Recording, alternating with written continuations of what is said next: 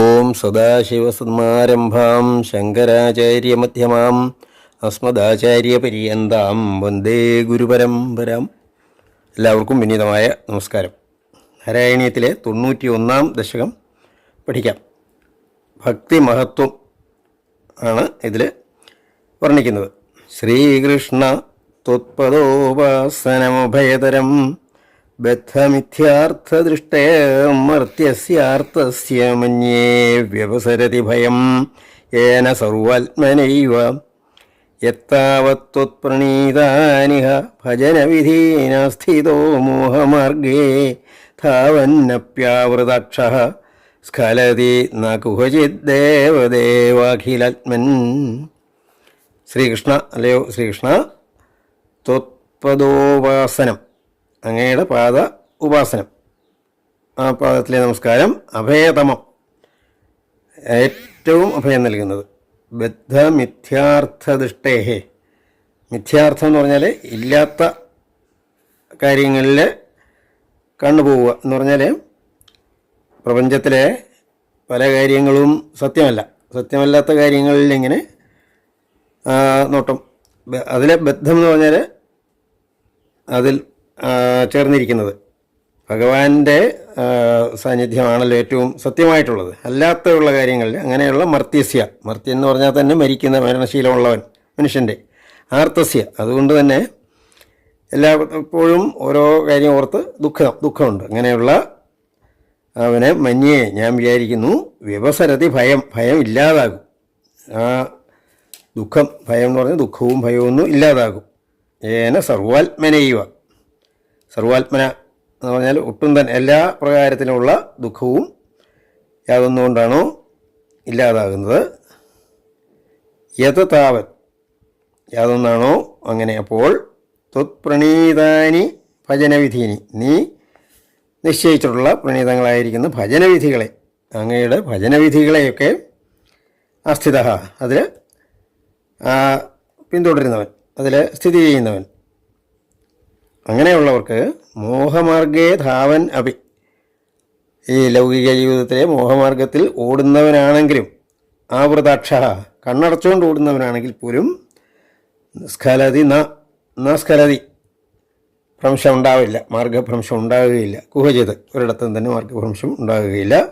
ദേവദേവ അഖിലാത്മൻ, അല്ലയോ അഖിലാത്മാവായ ദേവദേവ, അങ്ങേ ഭജിക്കുന്നവർക്ക് ലൗകിക കാര്യങ്ങളിൽ ബദ്ധരാണെങ്കിലും അവർക്ക് ദുഃഖം കുറഞ്ഞിരിക്കും എന്നാണ്.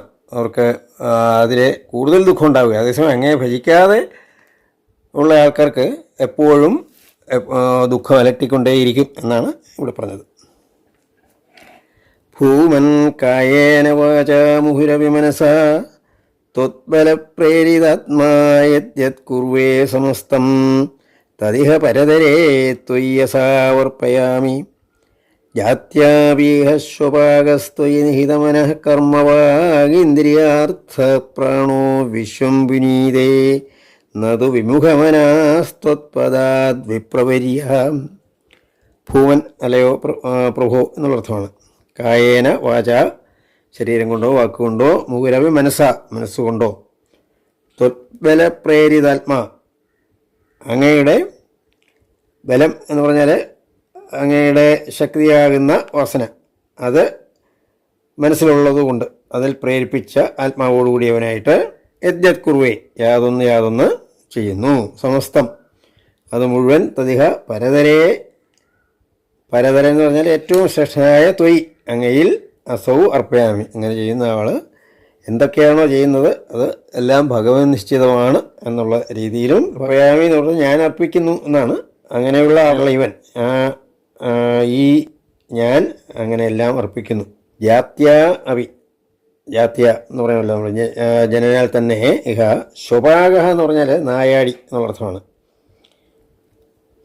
ത്വയ്, നിന്നിൽ നിഹിത മനസ്സാണെങ്കിൽ, നിന്നിൽ ഉറച്ച മനസ്സുള്ളവനാണെങ്കിൽ, ഭക്തനാണെങ്കിൽ, കർമ്മവാഗീന്ദ്രിയാർത്ഥപ്രാണനാണെങ്കിൽ, ത്വയ് നിഹിത മനഃകർമ്മവാഗീന്ദ്രിയാർത്ഥപ്രാണനാണെങ്കിൽ, നെല്ലിൽ വെച്ച മനസ്സ്, കർമ്മം, വാക്ക്, ഇന്ദ്രിയാർത്ഥങ്ങൾ, പ്രാണൻ, ഇവയോട് കൂടിയവനാണെങ്കിൽ, നിന്നിൽ ഭക്തനാണെങ്കിൽ, ഈ നായാടിയാണെങ്കിലും വിശ്വം പുനീതേ, ആ പ്രപഞ്ചത്തെ മുഴുവൻ പുനീതേ എന്ന് പറഞ്ഞാൽ ശുദ്ധിയാക്കുന്നു. നതു വിമുഖമനാഹ ത്വത്പദാത് വിപ്രവര്യ, ത്വത്പദാത് വിമുഖമനാഹ വിപ്രവര്യ, നിന്റെ പദത്തിൽ നിന്ന് വിമുഖമനസ്സായ ബ്രാഹ്മണശ്രേഷ്ഠൻ നതു അങ്ങനെ ചെയ്യുന്നില്ല. ജാത്യാ ബ്രാഹ്മണനാണെങ്കിലും നിനക്ക് എന്നോട് ഭക്തിയില്ലാതെ വന്നാൽ ആ ലോകത്തിനൊന്നും പുണ്യം കിട്ടുന്നില്ല എന്നുള്ളർത്ഥം. ഹീതർനാമദ്വിതീയാദ്ഭവതി നനു മനഃകൽപ്പിതം ചദ്വിതീയം തേനൈക്യാഭ്യാസശീലോ ഹൃദയമിഹ യഥാശക്തി ബുദ്ധ്യാ നിരുന്ധ്യം മായാവിദ്ധേതു തസ്മിൻ പുനരവിനതസാഭാതി മായാധിനാഥം ത്വം ത്വാം ഭക്ത്യാ മഹത്യാ സതതമനുഭജന്നീശ ഭീതിം വിജഹ്യാം. ഭീതി നാമ, ഭീതി എന്ന് പറയുന്നത്, ദുഃഖം എന്ന് പറയുന്നത് ദ്വിതീയാത് എന്നാണ്. രണ്ടാമത് ഒന്ന് വരുമ്പോഴാണ് ഭീതി ഉണ്ടാകുന്നത്. രണ്ടെന്നുള്ള ബോധം ഉണ്ടാകുമ്പോൾ എന്നുള്ളത് രീതിയിലും എടുക്കാം. ഈശ്വരമയമാണ് എല്ലാം എന്ന് കണ്ടാൽ ആ ദുഃഖമോ ഭീതിയോ ഉണ്ടാകത്തില്ല. അങ്ങനെയല്ല, അങ്ങനെ കാണുന്നില്ലെങ്കിൽ അതാണ് നനു മനഃകൽപ്പിതം ചദ്വിതീയം. ആ രണ്ടെന്നുള്ള ഭാവം തന്നെ മനഃകൽപ്പിതമാണ്. നനു എന്ന് പറഞ്ഞാൽ അങ്ങനെയല്ലേ എന്നുള്ള അർത്ഥമാണ്. രണ്ടെന്നുള്ള ഭാവം മനഃകൽപ്പിതം, മനസ്സ് കൽപ്പിക്കുന്നതാണല്ലോ, ശരിക്കില്ലാത്തതാണ് എന്നുള്ള അർത്ഥമാണ്. തേന, അതുകൊണ്ട് ഐക്യാഭ്യാസശീല, ഐക്യമാണ്. രണ്ടും ഒന്ന് തന്നെയാണ്. തൻ്റെ തന്നെ ഭാവം മറ്റേ പ്രപഞ്ചത്തിൽ കാണാനുള്ള ശക്തി, അത് ഐക്യം. അഭ്യാസശീലം ഹൃദയമിഹ യഥാശക്തി ബുദ്ധ്യാനിരുന്ധ്യം എന്നാണ്. ഹൃദയത്തെ ബുദ്ധി കൊണ്ട് യഥാശക്തി, ശക്തി അനുസരിച്ച് ആ രണ്ടെന്നുള്ള ഭാവത്തെ നിരുന്ധ്യാം, അതിനെ നിങ്ങൾ നിരോധിക്കണം, മാറ്റി നിർത്താൻ ശ്രമിക്കണം എന്നാണ്.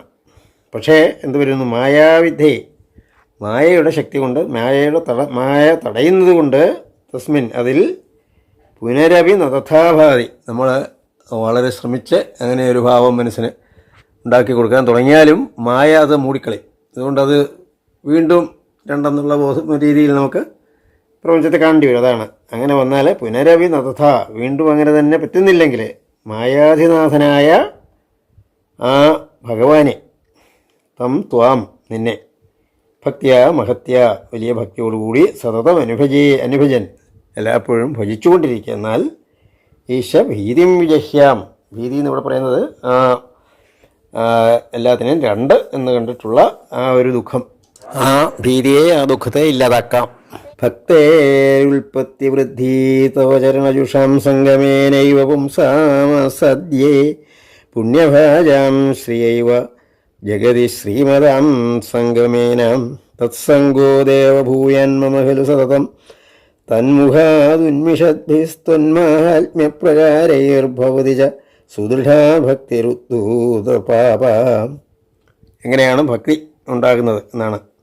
ഭക്തേഹ ഉൽപ്പത്തി വൃദ്ധി, ഭക്തി ഉണ്ടാകണം, അഭിവൃദ്ധിപ്പെടണം. അത് രണ്ടും തവ ചരണജുഷാം സംഗമേനൈവ, തവ ചരണജുഷം, നിന്റെ ചരണം, പാദത്തെ ഭജിക്കുന്നവരുടെ സംഗമേന, അവരുമായിട്ടുള്ള അടുപ്പം കൊണ്ടാണ്.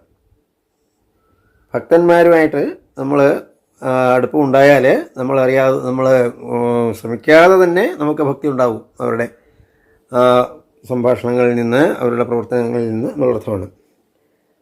പുംസാം ആസാദ്യ എന്ന് പറഞ്ഞാൽ അവർക്ക് നേടുന്നു. പുണ്യഭാജം, പുണ്യം ചെയ്തവർക്കേ ഇത് കിട്ടും. അതാണ്, പുണ്യഭാക്കൾക്കേ ഇത് കിട്ടുന്നുള്ളൂ. അതിനൊരു ഉദാഹരണം പറയുന്നത് ശ്രീയൈവ ജഗതി ശ്രീമതാം സംഗമേന. നമുക്ക് പലപ്പോഴും ധനം, ശ്രീ എന്ന് പറഞ്ഞാൽ ധനം, അത് ശ്രീമതാം സംഗമേന, ധനമുള്ളവരുമായിട്ടുള്ള അടുപ്പം കൊണ്ട് നമുക്കും ധനം വരാം. എങ്ങനെയാണ് ധനം ലഭിക്കുന്നതെന്നൊക്കെ നമ്മൾ ശ്രമിക്കാതെ തന്നെ നമ്മൾ മനസ്സിലാക്കുന്നു എന്നാണ് സംഗമേന. ശ്രീമത്ത് എന്ന് പറഞ്ഞാൽ ധനമുള്ളവരുടെ സംഗമം കൊണ്ട് അത് കിട്ടും. അതുപോലെയാണ് ഭക്തിയുടെ കാര്യം എന്നർത്ഥം. തത്സംഗോ ദേവഭൂയാൻ മമ ഖലു സതതം, അതുകൊണ്ട് അങ്ങനെയുള്ളവരുമായിട്ടുള്ള സംഘം, അടുപ്പം എനിക്ക് ഭൂയാത് വളരെ കൂടുതൽ മമ ഖലു ഉണ്ടാകട്ടെ. തന്മുഖാദുന്മിഷദ്ഭി ത്വന്മാഹാത്മ്യപ്രകാരൈഹി, അവരുടെ അടുത്തു നിന്നും ഉയർന്നു വരുന്ന നിന്റെ മാഹാത്മ്യപ്രകാരങ്ങളാൽ ഭവിക്കുന്നു. സുദൃഢാഭക്തി, സുദൃഢമായ ഭക്തി ഉണ്ടാകുന്നു. ധൂതപാപ, എല്ലാ ദുഃഖങ്ങളെയും മാറ്റിയുള്ള ഭക്തി ഉണ്ടാകും. ശ്രേയോ മാർഗേഷു ഭക്താവധിക ബഹുമതിർ ജന്മകർമാണി ഭൂയോ ഗായൻ ക്ഷേമാണി നാമാന്യവിദുഭയത പ്രദ്രുതം പ്രദ്രുതാത്മാ ഉദ്യദ്ധാസ കദാചിത് കുഹചിതവിമൃതൻ ക്വാവി ഗർജൻ പ്രഗായന്നുന്നമാദീവ പ്രനൃത്യന്നൈ കുരു കരുണാം ലോകബാഹ്യശ്ചരേയം. ശ്രേയോമാർഗങ്ങളിൽ രണ്ട് മാർഗ്ഗമാണ്. ശ്രേയോമാർഗം പ്രേയോമാർഗം എന്ന് പറയും. ശ്രേയോമാർഗം എന്ന് പറഞ്ഞാൽ ഈശ്വരൻ്റെ ചിന്തയോടുകൂടിയുള്ള പ്രവർത്തനം, അതാണ് ഭക്തവും. ഭക്തിയിൽ അധിക ബഹുമതി, ഭക്തവും അവിടെ ഭക്തിയിൽ എന്നുള്ളതാണ്, ഭക്തനിലല്ല, ഭക്തിയിൽ അധിക ബഹുമതിയോടുകൂടി ജന്മകർമാണി, ജന്മവും കർമ്മങ്ങളും ഭൂയ വീണ്ടും അങ്ങയുടെ ജന്മകർമ്മങ്ങളെന്നാണ് ഇവിടെ. ഭഗവാന്റെ ജന്മം, ഭഗവാന്റെ അവതാര ജന്മങ്ങൾ, അവതാര കർമ്മങ്ങൾ, ഇതിനെയൊക്കെ ഭൂയോ വീണ്ടും ഗായൻ പാടുന്നവനായിട്ട് ക്ഷേമാണി നാമാനി അപി, ക്ഷേമം ആ അവതാരത്തിൻ്റെ ക്ഷേമങ്ങൾ, നാമങ്ങൾ, ഇതെല്ലാം തതുഭേദ, ഇത് രണ്ടിൽ നിന്നും പ്രദ്രുതം പ്രദ്രുതാത്മാ, ആദ്യത്തേത് പെട്ടെന്ന് തന്നെ അലിഞ്ഞ മനസ്സോടുകൂടിയവനായിട്ട്, അതാണ് പ്രദ്രുതാത്മാ. ആദ്യത്തെ പ്രദ്രുതം പെട്ടെന്ന് തന്നെ അലിഞ്ഞ മനസ്സോടുകൂടിയവനായിട്ട്. ഉദ്യദ്ധാസ, ആ കഥകൾ കേൾക്കുമ്പോഴുള്ള ചിരി, അതാണ് കഥാചിത്, ചിലപ്പോൾ. കുഹജിത് അപി, കുഹജിത് എന്ന് പറഞ്ഞാൽ ചിലയിടത്ത് രുദൻ, ചില കഥകൾ കേൾക്കുമ്പോൾ രുദൻ എന്താണ് കണ്ണുനീരാണ് വരുന്നത്. കുചേലൻ്റെ കഥയൊക്കെ വരുമ്പോൾ ആനന്ദാശ്രു എന്ന് വേണമെങ്കിൽ പറയാം, അതാണ് രുദൻ ക്വാപി ഗർജൻ. അതുപോലെ ചില ഭാഗങ്ങൾ വരുമ്പോൾ കംസൻ്റെ കാര്യമൊക്കെ ആകുമ്പോൾ ഗർജനം എന്നുള്ള രീതിയിൽ പ്രഗായൻ, പിന്നെ ഭഗവത് കഥകൾ പാടുന്നവനായിട്ട് ഉന്മാദീവ, ഉന്മാദിയെപ്പോലെ പ്രനൃത്യൻ, ആ സന്തോഷത്തിലെ നൃത്തവും ചെയ്യാം. അങ്ങനെ ലോകബാഹ്യാശ്ചരേയം എന്നാണ്, ലോകബാഹ്യനായിട്ട് സാധാരണയുള്ള പ്രവൃത്തികളിൽ നിന്നും മാറി ഞാൻ സഞ്ചരിക്കാം എന്നാണ് ഇവിടെ പറയുന്നത്. ഇപ്പോൾ ഭക്തന്മാരങ്ങനെയാണ് നൃത്തം. ഒരു കരുണാം, അതിനുവേണ്ടി കരുണയെ ചെയ്താലും. ഭൂതാന്യേതാനി ഭൂതാത്മകമപി സകലം പക്ഷിമത്സ്യാൻ മൃഗാദീൻ മർത്യാൻ മിത്രാണി ശത്രൂനപി യമിതമതിസ്ത്വന്മയാൻ ജ്ഞാനമാനി ത്വത്സേവായം ഹി സിദ്ധ്യേൻ മമ തവ കൃപയാ ഭക്തിദാർഢ്യം വിരാഗസ്ത്വത്തത്വസ്യാവബോധോപി ച ഭുവനപതേ യത്നഭേദം വിനൈവ. ഭൂതാനി എന്ന് പറഞ്ഞാൽ പഞ്ചഭൂതങ്ങൾ, ഏതാനി പിന്നെ ഭൂതാത്മകം, ഈ ഭൂതം മൂലമുണ്ടാകുന്ന സകലം എല്ലാ വസ്തുക്കളും എന്തൊക്കെയാണ്? പക്ഷി, മത്സ്യങ്ങൾ, മൃഗം തുടങ്ങിയവകൾ, മനുഷ്യരെ, മർത്യാൻ, മിത്രങ്ങൾ, ശത്രുക്കളും ഈ ഇതാണല്ലോ, പഞ്ചഭൂതങ്ങൾ തന്നെയാണ്. അപ്പോൾ ഇവരെയൊക്കെ യമിതമതിയായിട്ട്, യമിതം എന്ന് പറഞ്ഞാൽ മനസ്സ് സംയമനത്തോടുകൂടിയ ബുദ്ധിയോടുകൂടിയവനായിട്ട് ത്വന്മയ അജ്ഞാനമാനി, ഇവയെല്ലാം അങ്ങയുടെ തന്നെ രൂപങ്ങളാണ് എന്നുള്ളത് കണ്ടിട്ട് അവയെല്ലാം ഞാൻ നമസ്കരിക്കും. തുത്സേവായാം ഹി സിദ്ധ്യേൻ മമ തവ കൃപയാ, തുത്സേവായ, അങ്ങയുടെ സേവയിൽ നിന്ന് എനിക്ക് സിദ്ധിക്കും. മമ തവ കൃപയാ, അങ്ങയുടെ കൃപ കൊണ്ടാണ്. ഭക്തിദാർഢ്യം സിദ്ധിയേത്, ഭക്തിദാർഢ്യം ഉണ്ടാകും. അതുപോലെ വിരാഗവും ഉണ്ടാകും, വൈരാഗ്യം എന്നുള്ള ഭാഗം എന്ന് വെച്ചാൽ ലൗകിക ജീവിതത്തിൽ നിന്നും മാറി നിൽക്കാനുള്ള ധൈര്യം. ത്വത്തത്വസ്യ അവബോധോപി, അതുമാത്രമല്ല തത്വം എന്ന് പറഞ്ഞാൽ നിൻ്റെ തത്വത്തിൻ്റെ അവബോധം, നിൻ്റെ യഥാർത്ഥ സ്വരൂപത്തെക്കുറിച്ചുള്ള അറിവും എനിക്കുണ്ടാകും. ഭുവനപതേ, അല്ലയോ എല്ലാ ഭുവനത്തിൻ്റെയും പതിയായിട്ടുള്ള ഭഗവാനെ. ഇതൊക്കെ എങ്ങനെയാണ്? യത്നഭേദം വിനയുക, യത്നഭേദം, വലിയ യത്നം കൂടാതെ തന്നെ അങ്ങയുടെ ഭക്തി വരുമ്പോൾ എനിക്കിതെല്ലാം സിദ്ധിക്കും. മറ്റു മാർഗമാണെങ്കിൽ, ജ്ഞാനമാർഗമൊക്കെ ആണെങ്കിൽ യത്നം വളരെ കൂടുതൽ പ്രയത്നം വേണം. ഇവിടെ അതും വേണ്ട എന്നുള്ള അർത്ഥമാണ്.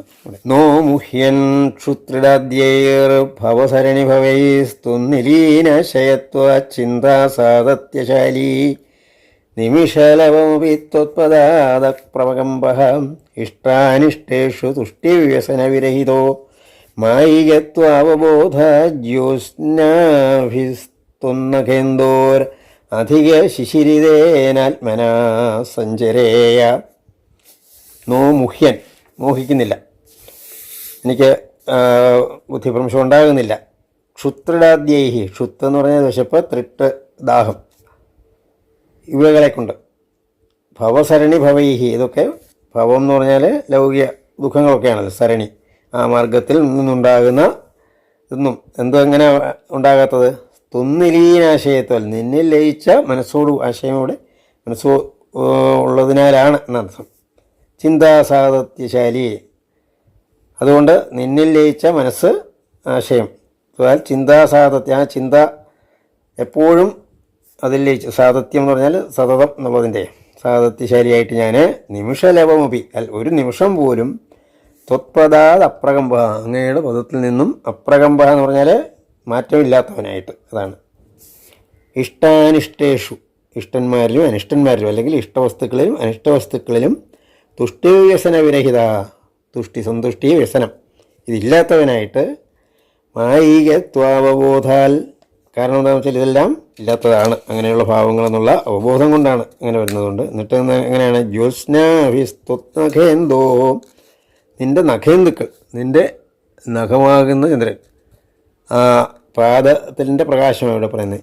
ആ ജ്യോത്സ്നാഭി അതിൻ്റെ ആ തിളക്കങ്ങളാൽ എപ്പോഴും പാദസ്മരണയുടെ കാര്യമാണ് ഇവിടെ പറയുന്നത്. അതുകൊണ്ട് അധിക ശിശിരിതേനാത്മന, ശിശിരിതം എന്ന് പറഞ്ഞാൽ കുളിർമയുള്ള ആത്മാവോട് കൂടിയവനായിട്ട്, ഒട്ടും തന്നെ താപം ദുഃഖമില്ലാത്ത ആത്മാവോട് കൂടിയവനായിട്ട് സഞ്ചരേയ ഞാൻ സഞ്ചരിക്കും. ഭൂതേഷു ത്വദൈക്യസ്മൃതി സമധിഗതൗ നാധികാരോധുനാജേ ത്വത്പ്രേമ ത്വത്കമൈത്രീ ജഡമതിഷു കൃവാദിഷു ഭൂയാദുപേക്ഷാം അർച്ചായാം വാ സമർച്ചാകുതുകം ഗുരുതര ശ്രദ്ധയാ വർദ്ധതാം മേ ത്വത്സംസേവി തഥാവിദ്രുതമുപലഭതേ ഭക്തലോകോത്തമത്വം.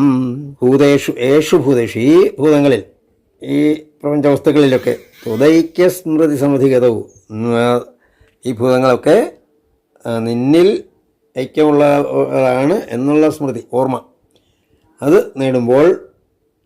നേടിയാൽ അങ്ങനെ പറ്റുന്നെങ്കിൽ അതാണ് ഏറ്റവും നല്ലത്. പക്ഷേ അധുന ന അധികാരഹ ചേത്, അത് ഇപ്പോൾ അതിനുള്ള അധികാരിയായിട്ടില്ല, എനിക്കത്രയും വളർച്ച നേടിയിട്ടില്ല. അങ്ങനെയാണെങ്കിൽ ന അധികാരഹ അധുന, അധുന എന്ന് പറഞ്ഞാൽ ഇപ്പോൾ അങ്ങനെ ആയിട്ടില്ലെങ്കിൽ ത്വത്പ്രേമ ത്വത്കമൈത്രി, നിന്നിലുള്ള പ്രേമം, നിന്നിലുള്ള മൈത്രി, ജഡമതിഷു കൃപ, ബുദ്ധിയില്ലാത്തവരിൽ, അങ്ങനെയുള്ള പാമരന്മാരിൽ അവരോട് കൃപ, ദിക്ഷു ഭൂയ ഉപേക്ഷ, ഇനി ശത്രുക്കൾ കാണുമല്ലോ, അവരിൽ ഉപേക്ഷ വരിക എന്ന് പറഞ്ഞാൽ ശത്രുത്വം മനസ്സിൽ നിന്ന് മാറി നിൽക്കുക, അതിനെയാണ്. അങ്ങനെ ഉണ്ടാകണം. അർച്ചായം വ സമർച്ചാകുതുകം, അങ്ങേ അർച്ചിക്കുന്നതിൽ, ആ അർച്ചിക്കുന്നതിലുള്ള താല്പര്യം, അങ്ങയുടെ പാദങ്ങളിൽ അർച്ചന നടത്തുന്നതിനുള്ള കുതുകം, താല്പര്യം. ഗുരുതര ശ്രദ്ധയാ, ഇത് ഗുരുതരം, ഗുരു എന്ന് പറഞ്ഞാൽ വളരെ ശ്രദ്ധയോടുകൂടി വർദ്ധതാം എനിക്കുണ്ടാകട്ടെ. ത്വത്സംസേവി തഥാപി, നിന്നെ സേവിക്കുന്നവർ, തഥാപി അങ്ങനെയാണെങ്കിലും ദ്രുത ഉപലഭതേ, പെട്ടെന്ന് തന്നെ അവർ നേടുന്നു. ഭക്തലോകോത്തമത്വം, ഭക്തലോകങ്ങളിൽ ഏറ്റവും ശ്രേഷ്ഠത്വം നേടുന്നു. ഇവിടുത്തെ ആദ്യത്തെ വരി പറയുന്നത് അങ്ങയും ഈ ലോകവുമായിട്ട് ഐക്യസ്മൃതിയാണ് വേണ്ടത്.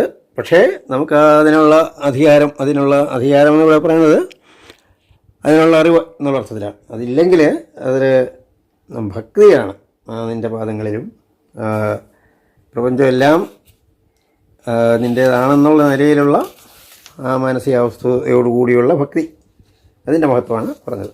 ആവൃത്യത്വസ്വരൂപം ക്ഷിതിജലമരുതാദ്യാത്മനാ വിക്ഷിപന്തി ജീവാൻ ഭൂയിഷ്ഠകർമാവലിവിവശഗതീൻ ദുഃഖജാരേ ക്ഷിപന്തി ത്വന്മായാമാഭിഭൂന്മാമയി ഭുവനപദേ കൽപ്പതേ തുൽപ്രശാന്ത്യൈ ത്വത്പാദേ ഭക്തിരേവേത്യവദൈ വിഭോ സിദ്ധയോഗീ പ്രബുദ്ധ. ആവൃത്യ ത്വസ്വരൂപം, ത്വസ്വരൂപം ആവൃത്യ, നിൻ്റെ ആ സ്വരൂപത്തെ ആവൃത്യ എന്ന് പറഞ്ഞാൽ മറച്ചിട്ട് എന്നുള്ളർത്ഥമാണ്, ആവരണം ചെയ്തിട്ട്.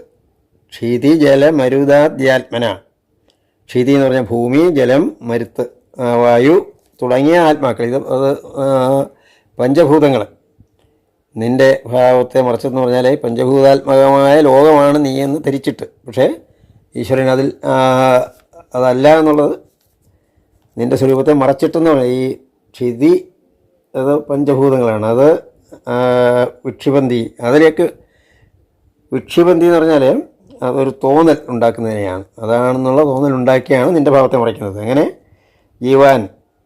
ജീവങ്ങളെ ഭൂയിഷ്ഠ കർമാവലി വിവേശഗതിൻ, ഈ നിങ്ങളെന്തെങ്കിലാണ് വളരെയധികം കർമാവലികളിലെ വിവേശമായ ഗതിയോട് കൂടിയതാണ്. ഓരോ കർമ്മങ്ങളിൽ ഇടപെട്ട് സുഖവും ദുഃഖവും ഇങ്ങനെ മാറി മാറി ലഭിക്കുന്നതാണല്ലോ. ദുഃഖജാലേ ക്ഷിപന്തി, കൂടുതൽ ദുഃഖം എന്തായാലും അതിൽ ക്ഷിപന്തി, അതിൽ ഇടുന്നു എന്നർത്ഥം. ക്ഷിപന്തി അതാണ് ഈ ഭൂമിയുടെ അവസ്ഥ. ത്വന്മായ മാഭിഭൂത, ഈ അവസ്ഥയുള്ള അത് നിൻ്റെ മായയാണ്. അത് മാ അഭിഭൂയാൻ മയി, എന്നിൽ ഉണ്ടാകില്ലേ എന്നാണ്. ഭുവനപതേ, അല്ലയോ ഭഗവാനെ. തൽപ്രശാന്തി എന്ന് പറഞ്ഞാൽ ആ മായയുടെ ശാന്തി, തത്പ്രശാന്തി, അതിൻ്റെ ശാന്തിക്കായിക്കൊണ്ട് ത്വൽപാദേ ഭക്തി, നിൻ്റെ പാദങ്ങളിലുള്ള ഭക്തിയാണ് കൽപ്പിക്കപ്പെടുന്നത്. അതുമാത്രമാണ് ഇത് അവദത്, ഇപ്രകാരം പറഞ്ഞു. ഈ വിഭോ സിദ്ധയോഗി, പ്രബുദ്ധനായ സിദ്ധയോഗിയാണ് ഇത് പറഞ്ഞിട്ടുള്ളത്. അത് പറയാൻ കാര്യം, വിദേഹ രാജ്യത്തെ രാജാവുണ്ട്, ജനകരാജാവ് തന്നെയാണ്. അദ്ദേഹം ഏറ്റവും വലിയ തത്വജ്ഞാനിയായിരുന്നു. ഈ അദ്ദേഹത്തിന് തത്വജ്ഞാനം പല മഹർഷിമാർ ഉപദേശിച്ചതിൽ അന്തരീക്ഷൻ, പ്രബുദ്ധൻ, ഇവർ ഒരു സമയത്തോടെ തത്വങ്ങൾ ഉപദേശിക്കുന്നതിൽ പ്രബുദ്ധൻ എന്നുള്ള സന്യാസി ആണ് ഈ തത്വം ഉപദേശിച്ചത് എന്നുള്ള അർത്ഥത്തിലാണ്. സിദ്ധയോഗി പ്രബുദ്ധ അവദസ് എന്ന് ഇത് പറഞ്ഞിട്ടുണ്ട് എന്നാണ്. ദുഃഖാന്യാലോക്യജന്തുഷ്വരമുദിത വിവേകോഹമാചാര്യവര്യല്ലബ്ധ്വാ ത്വദ്രൂപതത്വം ഗുണചരിതകഥാദ്യുദ്ഭവദ്ഭക്തിഭൂമാ മായാമേനം ധരിത്വാ പരമസുഖമയേ ത്വത്പദേ മോദിതാഹേ തസ്യായം പൂർവരംഗഃ പവനപുരപദേ നാശയശേഷരോഗാൻ. അപ്പം ഭട്ടതിരി സ്വയം പറയുകയാണ്, ഞാൻ ദുഃഖാനി ആലോചിക്കുക, ദുഃഖങ്ങളെയൊക്കെ കണ്ടിട്ട് എന്ന് മാത്രമല്ല ജന്തുക്കളിലുള്ളത്. അലം എന്ന് പറഞ്ഞാൽ വളരെ, ഉദിത വിവേക, എനിക്കത് ഈ പറയുന്ന കാര്യമൊക്കെ മനസ്സിലാകുന്നുണ്ട്. അഹം എന്ന് മാത്രമല്ല ആചാര്യവര്യനിൽ നിന്നും ലബ്ധ്വ മനസ്സിലാക്കിയിട്ടുണ്ട്. ത്വദ്രൂപതത്വം, ആ ഭഗവാന്റെ രൂപം, ഭഗവാന്റെ സ്വരൂപവും എനിക്ക് മനസ്സിലായിട്ടുണ്ട്. അതെങ്ങനെ കിട്ടുന്നു? ഗുണചരിത കഥാദ്യുദ്ഭവത് ഭക്തിഭൂമ എന്ന് മാത്രമല്ല അങ്ങയുടെ ഗുണങ്ങൾ, അങ്ങയുടെ ചരിതം, അങ്ങയുടെ കഥാദി തുടങ്ങിയവകളിൽ നിന്ന് ഉത്ഭവിക്കുന്ന ഭക്തിയുടെ മഹത്വത്തോടു കൂടിയതാണ് അങ്ങയുടെ സ്വരൂപം. മായാമേനാം ധരിത്വ, ഇതിനെയൊക്കെ മറച്ചു വെക്കുന്നതാണ് മായ. അതിനെ എല്ലാം തരണം ചെയ്തിട്ട് പരമസുഖമയനായ മമയമായ ത്വൽപദേ, നിൻ്റെ പദത്തിൽ മോദിതാഹേ, ഞാൻ സന്തോഷിക്കും എന്നാണ്, സുഖമനുഭവിക്കും എന്നാണ്. തസ്യ അയം പൂർവരംഗ, അതിനുള്ള പൂർവരംഗമാണ്, തുടക്കമാണ് ഞാനിങ്ങനെ ഇവിടെ വന്നിരുന്ന് ഭജിക്കുന്നത്, ഇങ്ങനെ അങ്ങേക്ക് പ്രകീർത്തിക്കുന്നത് എന്നർത്ഥം. പവനപുരോധേ, അല്ലയോ ഗുരുവായൂരപ്പ, നാശയ അശേഷ രോഗാൻ, എല്ലാ രോഗങ്ങളെയും നാശയ ഇല്ലാതാക്കിയാലും. സർവത്ര ഗോവിന്ദനാമസങ്കീർത്തനം. ഗോവിന്ദ ഗോവിന്ദ.